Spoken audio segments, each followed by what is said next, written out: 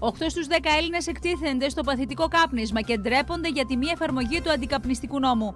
Ποια είναι η εικόνα που επικρατεί στα καταστήματα εστίασης? Δεν απαντάει η γραμμή καταγγελιών του Υπουργείου Υγείας.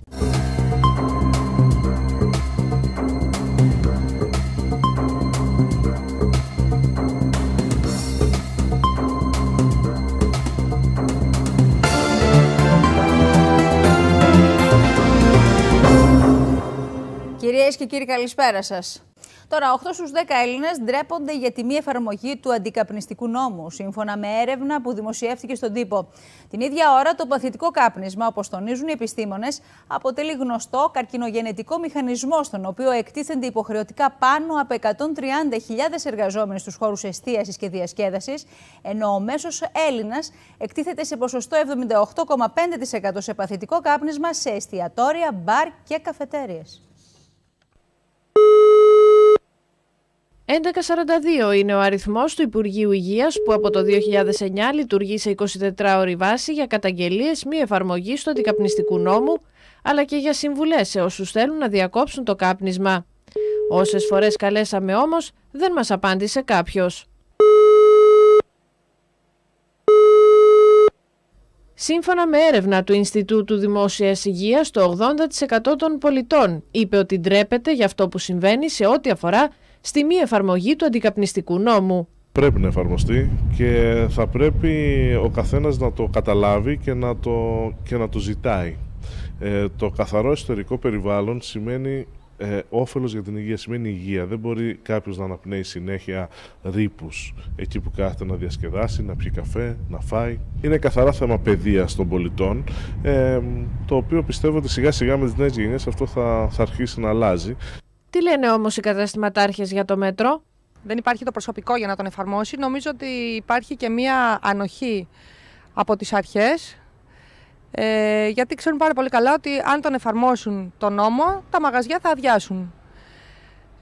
Όταν στους πελάτες που είναι καπνιστές ζητάνε να μην καπνίσουν, εκείνη τη στιγμή μπορεί να το δεχτούν ή να αντιδράσουν, αλλά θα είναι και η τελευταία φορά που θα πατήσουν στο μαγαζί. Κάποιοι βγαίνουν έξω, κάποιοι έχουν και την παιδεία να το κάνουν αυτό και να σεβαστούν και τους υπόλοιπους, αλλά οι περισσότεροι το θεωρούν δεδομένο ότι από τη στιγμή που είμαι σε ένα μαγαζί πρέπει να καπνίσω και είναι δικαίωμά μου. Είναι λόγος για εσάς που είστε καπνιστής να μην πάτε σε ένα μαγαζί επειδή δεν σας αφήνουν να καπνίσετε μέσα? Όχι. Στο παθητικό κάπνισμα εκτίθενται υποχρεωτικά πάνω από 130.000 εργαζόμενοι στους χώρους εστίασης και διασκέδασης, ενώ ο μέσος Έλληνας εκτίθεται σε ποσοστό 78,5% σε παθητικό κάπνισμα σε εστιατόρια, μπαρ και καφετέριες. Εσάς δεν σας ενοχλεί αν σας πει ο καταστηματάρχης πέρασε έξω να καπνίσει γιατί μέσα δεν καπνίζουν? Φυσικά και όχι. Το κάνετε και σε άλλα μαγαζιά αυτό ή μόνο που δεν επιτρέπεται? Όπου δεν επιτρέπεται δεν καπνίζω, το σέβομαι. Δεν με ενοχλεί. Πιστεύετε πρέπει να εφαρμοστεί ο νόμος? Βασικά ναι. Πείτε στον διπλανό σας που καπνίζει σε μια ταβέρνα να το σβήσει. Θα το πω. Τα πρόστιμα αυτή τη στιγμή είναι πολύ τσουχτερά. Βαρύνουν και τους επιχειρηματίες που έχουν τα καταστήματα και τους ίδιους τους παραβάτες. Για τον ίδιο το παραβάτη είναι 50 ευρώ, αν τον πιάσουν να καπνίζει μέσα στο κατάστημα. Για τον υπεύθυνο του καταστήματος είναι 500 ευρώ. Σύμφωνα με τα στοιχεία της Ελληνικής Στατιστικής Αρχής, παρατηρείται σημαντική μείωση του καπνίσματος στο διάστημα 2009-2014.